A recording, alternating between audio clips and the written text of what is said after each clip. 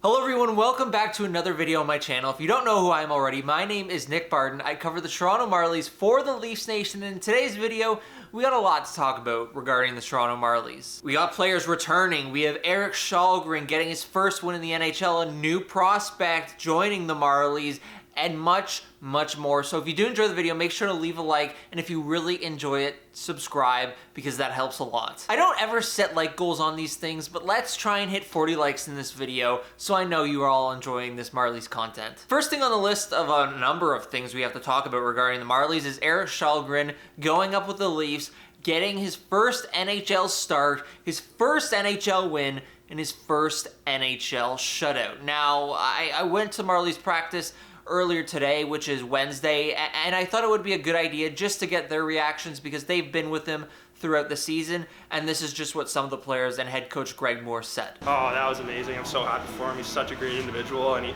he works so hard, and he deserved every moment of that last night. I watched for him, and I had a smile myself, so I can't even imagine what him and his family are going through. So that's a big shout out to Erik Källgren. That's awesome. Yeah, it was unbelievable. I think we love Erik here. He's probably one of the more competitive goalies I've played with, and to see him go in first in the Heritage game, right? Going into that game the game before, and almost get them the win and to come back versus Arizona, and then to play last night and get a shutout first start.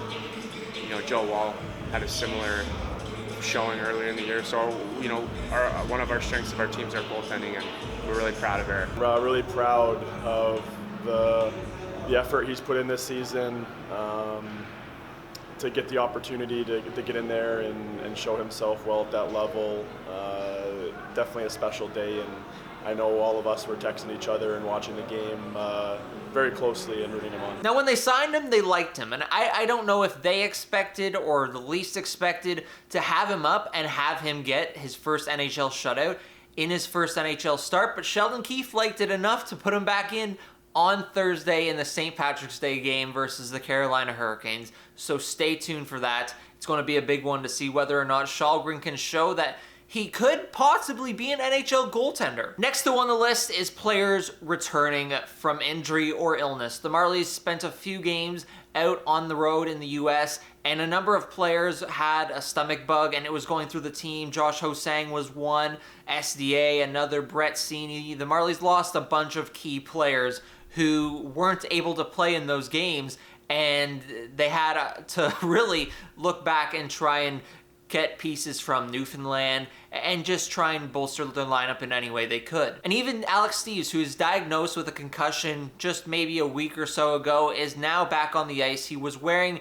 a red non-contact jersey in their development day on Tuesday, but Wednesday he shaved it off and he got into the green St. Pat's Day jerseys, and it looks like he might get into the lineup for their St. Patrick's game on Thursday versus the Hershey Bears. Crawl, illness, non-COVID related.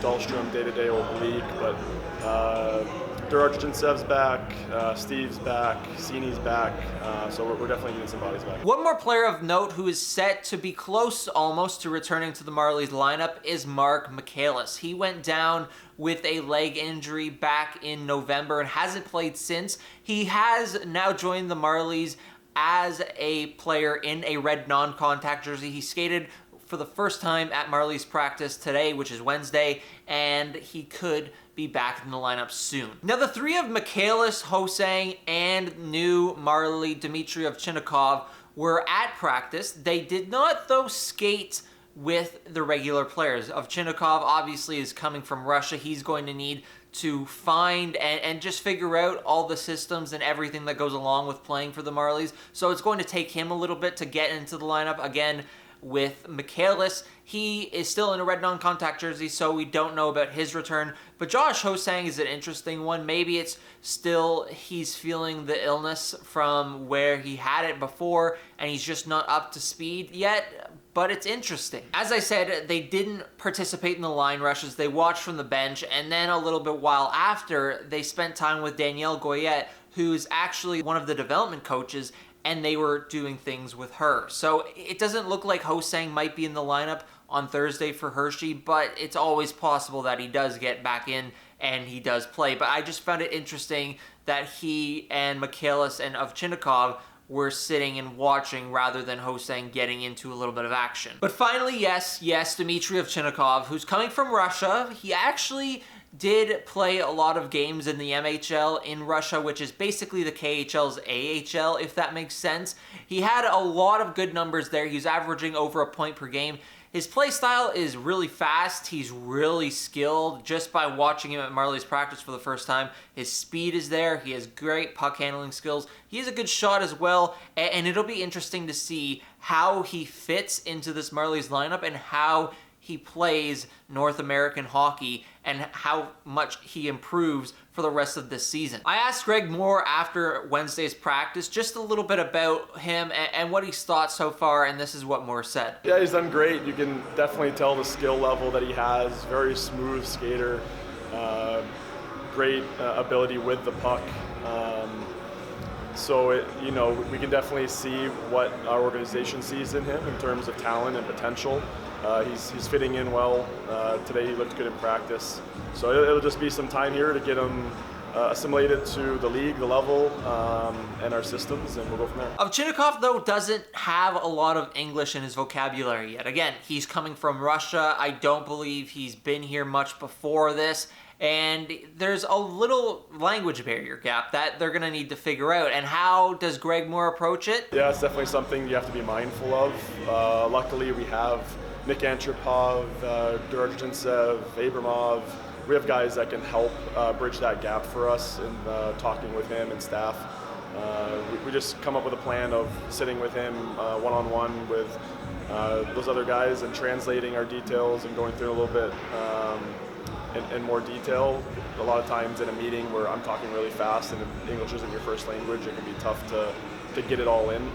So we're being mindful of that and making sure we're putting in the right protocols to help him succeed. One more thing I do want to touch on before we get into the St. Patrick's Day stuff is Jack Kopacka, Curtis Douglas, and Rich Clune were put back together as a line. And if you remember back to a little bit earlier in the week last week, those three started in continuous games and they played a good game. And they played a lot of consecutive good games. And it seems like they're back together, and this is what Douglas and Clune have thought about them two as a line in the past. I think the thing that clicks about us is we've been playing essentially the same way. I know Dougie and I have spent more time together, and I just think now the bounces are going our way. I thought we played some good hockey in the first half of the season.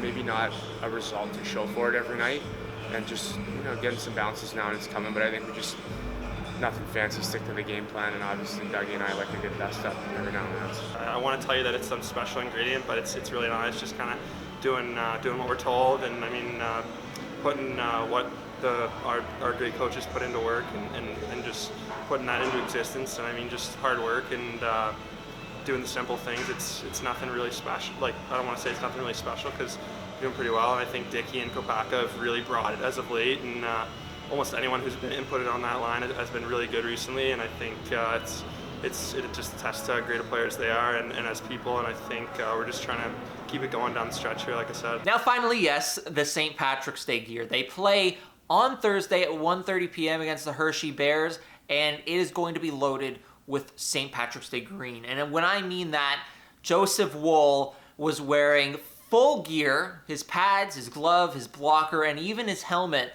He was decked out in full St. Patrick's Day gear. He was going all out, and even the Marlies tweeted out a closer look at his helmet, and that thing is gorgeous. It looked good on the ice, but even in person, this thing looks beautiful, and it seems like Joseph Woll will be getting the start tomorrow. I mean, I could be wrong. Michael Hutchinson did have green stuff as well, and I think just goaltenders in general just want to look sharp wherever they're going, and it's the same with Peter Mrazek. Eric Shalgren had his St. Patrick's Day stuff, so it's going to be interesting to see who gets the start. I believe it'll be Woll again, though, and the St. Patrick's Day stuff just looks amazing. The players were so excited to be wearing it. It looks good. Green is Great. That, though, is everything I got on the Toronto Marlies today. If you did enjoy the video, make sure to leave a like. If you really enjoy it, subscribe. Comment down below if there's anybody you'd like to see me go in depth on in the future. Nobody comments that, so comment one player down below and I'll do a video on them just so I can be more active in making videos instead of just going to practice one day and taking all that and putting it all together. Although that's awesome, I do want to make videos on individual players as well. So let me know again in the comment section down below. Leave a like, 40 likes, subscribe, and yeah, that's it for me. Thank you so much for watching. We'll see you in the next Marlies video.